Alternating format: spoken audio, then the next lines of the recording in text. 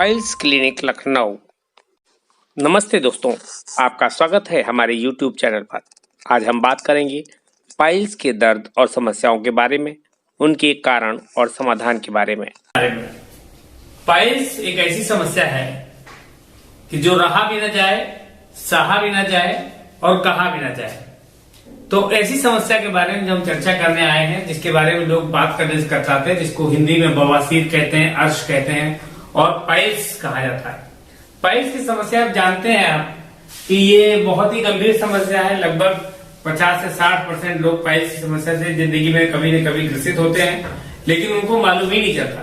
धीरे धीरे हमारे जो अंदर कब्ज की बीमारी होती है वही पाइल्स का रूप ले लेती है। इसलिए आप कब्ज को बवासीर का बाप कह सकते हैं, पाइल्स का बाप कह सकते हैं। कब्ज से ही बवासीर का जन्म होता है, पाइल्स का जन्म होता है। तो आज हम जो चर्चा करेंगे उसमें है सबसे पहले causes of piles, symptoms of piles और नेचुरल ट्रीटमेंट ऑफ पाइल्स के बारे में बात करेंगे, क्योंकि नेचुरल ट्रीटमेंट के द्वारा हम इसको कैसे क्योर कर सकते हैं पाइल्स को। तो इसकी चर्चा आज हम करने जा रहे हैं। अब हम नेक्स्ट स्लाइड में हम देखेंगे कि व्हाट इज पाइल्स। पाइल्स क्या है? Piles also known as haemorrhoids are swollen and inflamed blood vessels in the rectum and anus। Rectum और एनस गुदाद्वार जो होता है हमारा, वहां की जो ब्लड वेसल्स होती हैं उनमें सूजन आ जाती है और सूजन आने के बाद मस्से भी बन जाते हैं। इसके कारण वो पाइल्स कहलाती है, जहां पर सूजन के कारण कभी दर्द भी होता है, तनाव भी होता है, इचिंग भी होती है, पेन भी होता है। तो ये सारी चीजें होती है। दे कैन बी इंटरनल, कौन कौन से हो सकती है? Internal, external, causing discomfort and pain. तो ये है पाइल्स के बारे में कि कितनी तरीके की पाइल्स, आगे भी बताएंगे भी आपको। कॉजेज ऑफ पाइल्स, क्या पाइल्स के कारण क्या है? अब पाइल्स के कारणों की जब चर्चा करते हैं तो piles can be caused by stirring during bowel movement. Bowel movement, जब आप लैट्रिन में बैठते हैं तो वहां पर जब पेट साफ नहीं हो रहा तो लोग जोर लगाते हैं। तो जोर लगाने की वजह से क्या होता है? हमारी गुदाद्वार पर प्रेशर, अनड्यू प्रेशर पड़ता है। अनड्यू प्रेशर पड़ने से क्या होता है? वहां पर स्वेलिंग आ जाती है, वहां हमारी जो वेन्स होती है उसमें तनाव आ जाता है और ये एक कारण होता है। दूसरा कारण है क्रॉनिक कॉन्स्टिपेशन। बहुत सालों से आपको कॉन्स्टिपेशन बना हुआ, महीनों से कॉन्स्टिपेशन बना, आप उसकी ध्यान नहीं दे रहे हैं। रोज आप देर तक अपने लैट्रिन में बैठते हैं, वहां मोबाइल चलाते रहते हैं, वहां पे बुक्स पढ़ते रहते हैं, या वहां पे आप ख्याली पुलाव पकाया करते हैं, लेकिन वहां पर आप परेशान, आप किसको कर रहे हैं? अपनी गुदाद्वार पर अनड्यू प्रेशर डाल रहे हैं, जिसकी वजह से पाइल्स का रूप ले लेते हैं। Other factors include obesity and low fibre diet. दो और मेन कॉज है जिसमें ओबेसिटी, जो ओवरवेट है आदमी या किसी को मोटापा बढ़ा हुआ है तो उसके कारण भी पाइल्स हो जाती है, और लो फाइबर डाइट लेने की वजह से भी पाइल्स का बढ़ना देखा गया है। तो अब हम अगली स्लाइड की तरफ चलते हैं। Symptoms of piles. Common symptoms of piles include rectal bleeding.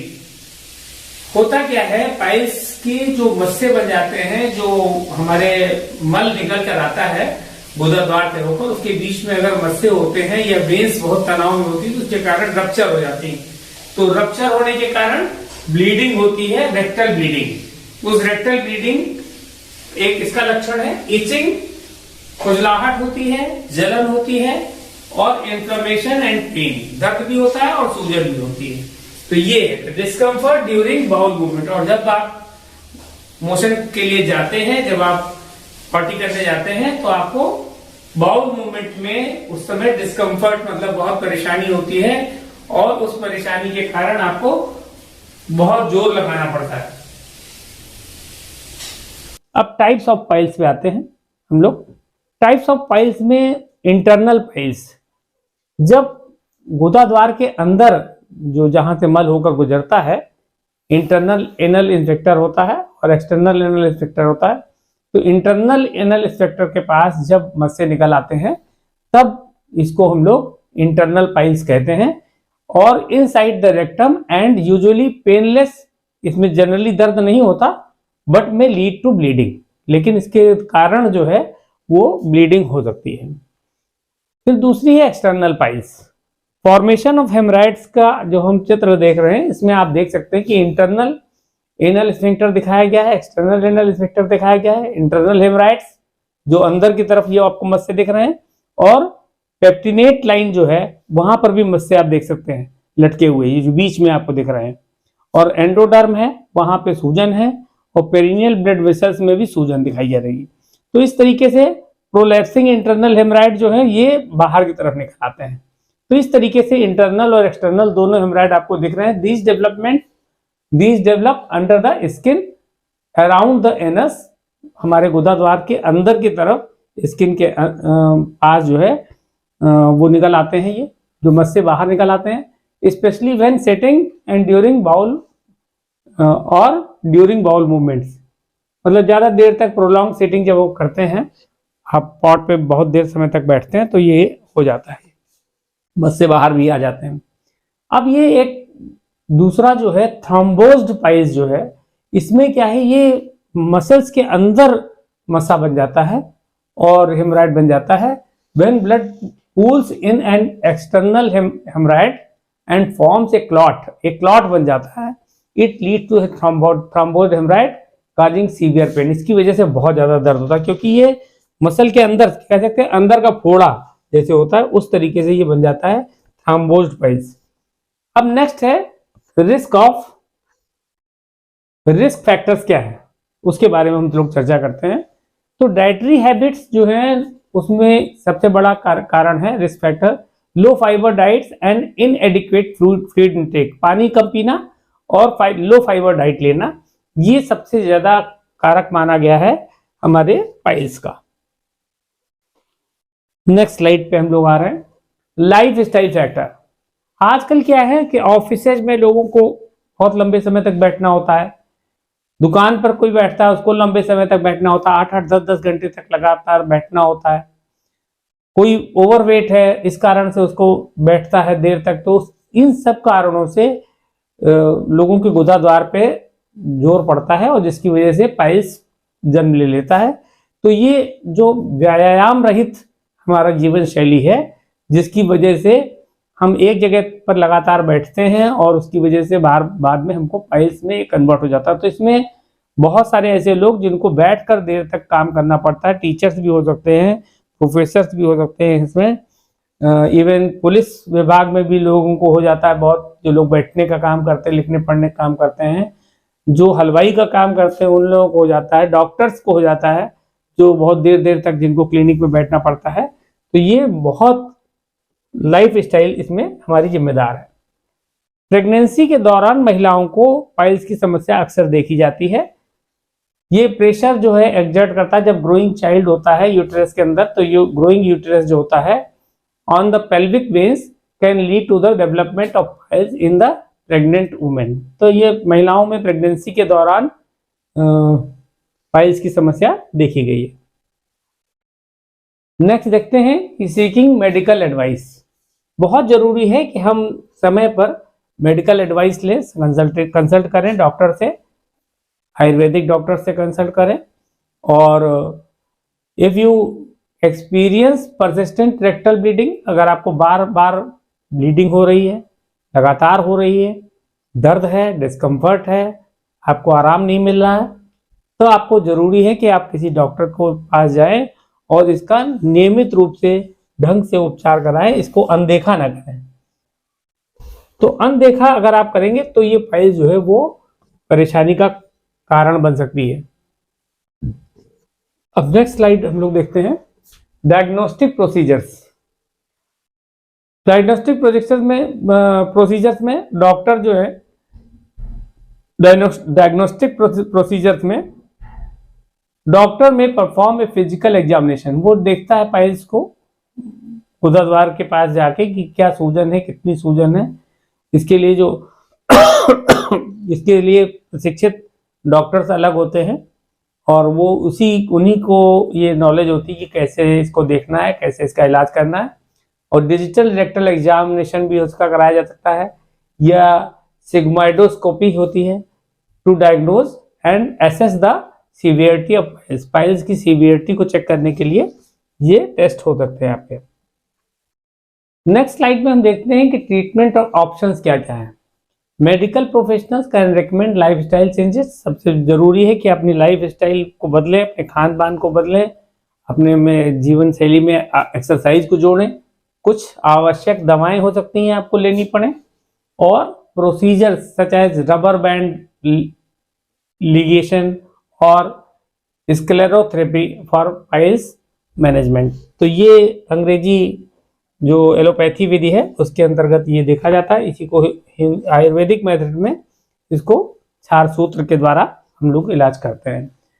तो सिम्टम्स एंड नेचुरल ट्रीटमेंट। अब हम लोग नेचुरल ट्रीटमेंट की तरफ आते हैं। तो पहले होता है bleeding control. Apply gentle pressure to the area to stop bleeding and use over the counter creams to soothe irritation. जो उसमें जलन हो रही है, ओवर द काउंटर इसमें मेडिकेशन दवाएं आती हैं। पाइलेक्स ट्यूब आता है, एमरॉयड ट्यूब आता है, और बहुत सारे ट्यूब आते हैं। अलग अलग कंपनियों के अलग अलग ट्यूब आते हैं। जत्यादि तेल आता है, कसीसाद तेल आता है। कई सारे तेल हैं जिनका प्रयोग कर सकते हैं आप। घरेलू कड़वा तेल या तिल के तेल का भी इस्तेमाल कर सकते हैं। कोकोनट ऑयल का भी इस्तेमाल किया जा सकता है। Pain relief. देखिए, दर्द से मुक्ति पाने के लिए जो रास्ते हैं उसमें क्या होता है, वार्म बाथ लेना बहुत अच्छा रहता है। और उसके लिए उसमें कुछ इत्यादि तेल के साथ तेल वगैरह तेल डाल दिए जाते हैं ताकि वो पानी से कोई सूखापन ना आए अंदर, और गुदा मार्ग के अंदर जाकर पानी, गर्म पानी जाकर हमारी सूजन को कम करने में मदद करता है। तो ये बहुत अच्छा तरीका है। इसके बाद दूसरा तरीका क्या है कि फाइबर डाइट को हम बढ़ाएं, अपनी इंक्रीज करें उसको इनटेक, और पानी का इनटेक बढ़ाएं, क्योंकि पानी अगर आप कम पिएंगे तो भी आपको परेशानी बढ़ सकती है। हाइड्रेटेड रहना बहुत जरूरी है कॉन्स्टिपेशन को कम करने के लिए। और अपने तनाव को कम करें, बहुत देर तक अपने लैट्रिन में ना बैठें आप, और बाउल मूवमेंट को अपने ठीक करें। उसके लिए रेगुलेट करने के लिए आपको कोई लेक्जेटिव लेना पड़ता है, कुछ दवाएं लेनी पड़ती हैं, तो वो डॉक्टर से सलाह लेकर अवश्य लें। अब आइए बात करते हैं नेचुरल रेमेडीज के बारे में कि नेचुरल रेमेडीज में हम क्या क्या तरीके अपना सकते हैं। तो सबसे पहला, जैसे कि आपको बताया, कोकोनट ऑयल का अप्लाई किया जाए। कोकोनट ऑयल को अपने गुदा मार्ग पर लैट्रिन में जाने के पहले और लैट्रिन से आने के बाद पानी सुखाकर और उसके बाद फिर से उसको अप्लाई करने से भी आपको इचिंग में और इन्फ्लेमेशन को कम करने में मदद मिलती है। दूसरा तरीका ये है कि एक कॉटन की रुई की बत्ती बना लें और उसको जो है एप्पल साइडर, एप्पल के जो सिरका आता है उसमें लगाकर उसको लगाएं गुदा मार्ग। तीसरा है विच हेजल, एक एस्ट्रिंजेंट प्रॉपर्टी रखने वाला एक पदार्थ होता है, जो है वो आपको मदद करता है स्वेलिंग को कम करने में और रिलीफ देता है इचिंग और डिस्कम्फर्ट को कम करने में। तो अब आगे चलते हैं, हम लोग बात करते हैं, अब लाइफ स्टाइल चेंजेस की बात कर लेते हैं हम लोग। डाइटरी कंसिडरेशंस में आप ध्यान रखिए कि डाइट जो फ्रूट्स ज़्यादा हो, जिसमें ऐसी चीज़ें, हरी सब्जियां, पूरा अनाज, होल ग्रेन जो होते हैं, आप आजकल मिक्स ग्रेन का आटा खाने का वो चलन जो चला है वो बहुत अच्छा है, आपके डाइट को रेगुलेट करता है और आपके बाउल मूवमेंट को वो भी रेगुलेट करता है और कॉन्स्टिपेशन को रोकने में मदद करता है। रेगुलर एक्सरसाइज बहुत जरूरी है। ये देखिए, फिजिकल एक्टिविटी जितनी कम हो रही है उसकी वजह से बहुत सारी लाइफ में प्रॉब्लम पड़ रही है और बाउल मूवमेंट में भी दिक्कत आ रही है। तो बाउल फंक्शन को रेगुलेट करने के लिए आपको अपने पाइल्स की दिक्कतों को कम करने के लिए, पाइल्स की रिस्क से बचने के लिए आपको रेगुलर एक्सरसाइज करनी चाहिए। देखिए, हाइजीन प्रैक्टिसेस में आपको ध्यान रखना है कि वाइप्स और जेंटल अनसेंटेड टॉयलेट पेपर का यूज करें। ये सेंटेड पेपर यूज करने से आपको नुकसान हो सकता है। और इनर एरिया को साफ रखें, बाउल मूवमेंट के बाद भी उसको पोंछ कर उसमें जो है ऑयलिंग अवश्य करें ताकि आपको कोई इरिटेशन ना हो। प्रिवेंशन स्ट्रेटजीज के हम लोग बात कर लेते हैं, जिसमें हाइड्रेशन आपको फिर से बार बार बताया जा रहा है कि वाटर को एकदम एक एडिक्वेट अमाउंट में आपको पानी पीना बहुत जरूरी है ताकि सॉफ्ट और रेगुलर बाउल मूवमेंट बना रहे। स्ट्रेन से बचिए, जितनी ज़्यादा देर आप लैट्रिन में बैठते हैं उतनी देर आपको स्ट्रेन रहता है, गुदा मार्ग पर दबाव पड़ता है, जिसकी वजह से सूजन बढ़ सकती है, पाइल्स की प्रॉब्लम भी बढ़ सकती है। तो इसलिए इसका बहुत ध्यान रखें, स्ट्रेन नहीं पड़ना चाहिए और जोर ना लगाएं मल का त्याग करने में। ये बहुत आवश्यक है कि आप पाइल्स को अनदेखा ना करें, कब्ज को भी अनदेखा ना करें, अपने जो है डाइटरी प्लान को फॉलो करें, पीरियाडिक मेडिकल चेकअप कराएं। अगर आपको कोई भी समस्या पाइल्स से संबंधी कुछ हो रही है, कब्ज लगातार बना रहता है, देर तक आपको लैट्रिन बैठना पड़ता है, तो रेगुलर चेकअप के लिए जाएं और डॉक्टर को दिखाते रहें ताकि पाइल्स की समस्या बढ़ ना जाए। अब आइए बात कर लेते हैं केस स्टडीज के बारे में। कुछ केस स्टडीज को हम लोग लेते हैं ताकि आपको पता चल सके कि किस होते हैं वो अपने काफ़ी देर तक पढ़ना पड़ता है, उनको क्लास में बैठना पड़ता है, उसकी वजह से भी उनको इस तरह की प्रॉब्लम हो जाती है। लेकिन अपनी डाइट को प्लान को फॉलो करके, ठीक करके, लाइफ स्टाइल में मॉडिफाई करके वो पाइल्स की प्रॉब्लम से निजात पाए हैं, क्योंकि उन्होंने एक्टिविटी बढ़ा ली अपनी और अपना खान पान ठीक कर लिया, तो उससे उनको फायदा हुआ। दूसरी केस स्टडी हम लोगों ने प्रोफेशनल एक्सपीरियंस का वर्कर्स जो होते हैं उनको क्या है कि काफ़ी लंबे समय तक यात्रा करते दौरान बैठना पड़ता है, एक जगह पे बात करते काम करना पड़ता है, बैठ के काम करना पड़ता है, तो उसको उससे बचने के लिए भी उनको अपनी लाइफ स्टाइल को चेंज करने और डाइटरी प्लान को फॉलो करने से उनको फायदा हुआ। देखिए, होलिस्टिक अप्रोच पाइल्स मैनेजमेंट में बहुत ज़्यादा काम करती है। तो होलिस्टिक अप्रोच में नेचुरल रेमेडीज, मेडिकल एडवाइस को फॉलो करना, अपनी लैट्रिन में बैठने के तरीकों को ठीक करना, कम बैठना, वहाँ पे ज़्यादा देर तक बैठना नहीं, अपने बाउल मूवमेंट को फॉलो करना, निगरानी रखना उसकी कि उसमें कोई प्रॉब्लम ना हो, कब्ज ना बना रहे, आपको पानी लगातार पीते रहें, इससे बहुत फ़ायदा होता है। अब आइए कुछ सक्सेस स्टोरीज की बात कर लेते हैं। आयुर्वेदिक दवाओं का प्रयोग करके उन्होंने अपनी समस्या से निजात पाई, उन्होंने पाइल्स को कंट्रोल कर लिया। तो इस तरह की सक्सेस स्टोरीज हमारे पास कई सारी हैं, कई सारे लोगों ने इससे फ़ायदा पाया है नेचुरल आयुर्वेदिक मेडिसिन और अपने पानी और खान पान को ठीक करके उन्होंने इससे फ़ायदा पाया, एक्सरसाइज करने से उनको फ़ायदा हुआ। इसी तरह के पॉजिटिव आउटकम जो है और लोगों को मिले हैं कॉम्प्रिहेंसिव अप्रोच से पाइल्स के मैनेजमेंट में, जिससे उन्होंने क्वालिटी ऑफ लाइफ उनकी इम्प्रूव हुई है, क्योंकि उन्होंने डाइटरी प्लान को फॉलो किया, एक्सरसाइज की और आयुर्वेदिक दवाओं का सेवन किया और पानी की अपनी इनटेक को एडिक्वेट किया, मतलब ठीक ठाक पानी पिया उन्होंने, तो उससे उनका बाउल मूवमेंट रेगुलेट हुआ और उनका पाइल्स की समस्या से वो मुक्ति मिली। रियल लाइफ में बहुत सारे ऐसे लोग हैं जिन्होंने अपने पाइल्स को मैनेज किया है और उन्होंने कॉम्बिनेशन में नेचुरल रेमेडीज लिए, लाइफ स्टाइल एडजस्टमेंट किए, जिससे उनको बहुत ज़्यादा फायदा हुआ है। अब आइए बात करते हैं एक्सपर्ट्स इंसाइट्स की। सबसे पहले हम बात करते हैं मेडिकल प्रोफेशनल्स पर्सपेक्टिव क्या है। Insight from health care experts on the significance of natural treatment methods and life style modification of piles management. तो पाइल्स मैनेजमेंट में नेचुरल ट्रीटमेंट और लाइफ स्टाइल मॉडिफिकेशन से बहुत ज़्यादा फायदा होता है, ये सभी मेडिकल प्रोफेशनल्स का मानना है। न्यूट्रिशनिस्ट भी रिकमेंड करते हैं कि डाइटरी प्लान को फॉलो किया जाए, nutritional guidance from a professional to support individuals in preventing and managing piles, कि वो अपने डाइटरी प्लान को फॉलो करें और उसमें वो व्हीट ग्रेन्स की जगह मिक्स ग्रेन्स लें, मोटा अनाज लें और हरी सब्जियों का को खाएं, पानी को ठीक मात्रा में पिए, इससे उनको फायदा मिलता है। फिटनेस ट्रेनर भी एडवाइस करते हैं एक्सरसाइज और फिजिकल एक्टिविटी को, जिससे उनको डाइजेस्टिव हेल्थ जो है अच्छी होती है और रिस्क ऑफ पाइल्स जो है वो कम हो जाता है। तो इस तरीके से कम्युनिटी इम्पैक्ट के बारे में हम बात करते हैं। अवेयरनेस कैंपेन होनी चाहिए ताकि लोगों को पता चल सके पाइल्स के बारे में, पाइल्स से लोग डरे नहीं, उसके बारे में बताने से न डरें। लोगों को ये कॉमन प्रॉब्लम है, 60 से 70% लोगों को ये प्रॉब्लम होती है, तो इसलिए इसके बारे में अवेयरनेस होना बहुत ज़रूरी है। नंबर 2 पे हम बात करते हैं कम्युनिटी बेस्ड सपोर्ट ग्रुप्स और फोरम्स होने चाहिए, जिनमें इंडिविजुअल को अपने एक्सपीरियंस शेयर करें, एडवाइस लें अपनी, लोग मिल के वहाँ डॉक्टर चाहें उनसे इंटरेक्ट करें और पाइल्स मैनेजमेंट की जर्नी में उनको लाभ मिलेगा। लाइफ में उनको अनेक बार ऐसी आवश्यकता पड़ सकती है। एजुकेशनल आउटरीच की बात करें तो collaborative efforts of educate students and wider community about the prevention and management of piles through natural and holistic approaches, कि होलिस्टिक और नेचुरल अप्रोच के द्वारा मैनेजमेंट हो सकता है पाइल्स का, अगर लोग अपनी आदतों में सुधार करें, खान पान की आदतें, अपनी जीवन शैली को बदलें ताकि उनका बाउल मूवमेंट रेगुलेट रहे, उनको कॉन्स्टिपेशन ना रहे, तो ये पाइल्स की समस्या से उनको मुक्ति मिल सकती है। तो ये सब बहुत ज़रूरी चीज़ें हैं। देखिए, बहुत कॉमन चीज़ें हैं, दुनिया में ऐसे बहुत सारे लोग हैं जो बैठने का काम करते हैं, दुकानदार हैं, बहुत सारे हलवाई हैं, डॉक्टर्स हैं, बहुत सारे ऑफिस वर्कर्स हैं जिनको बैठना पड़ता है 8-8 घंटे तक एक जगह पर, जिसकी वजह से उनको ये समस्याएं हो जाती हैं।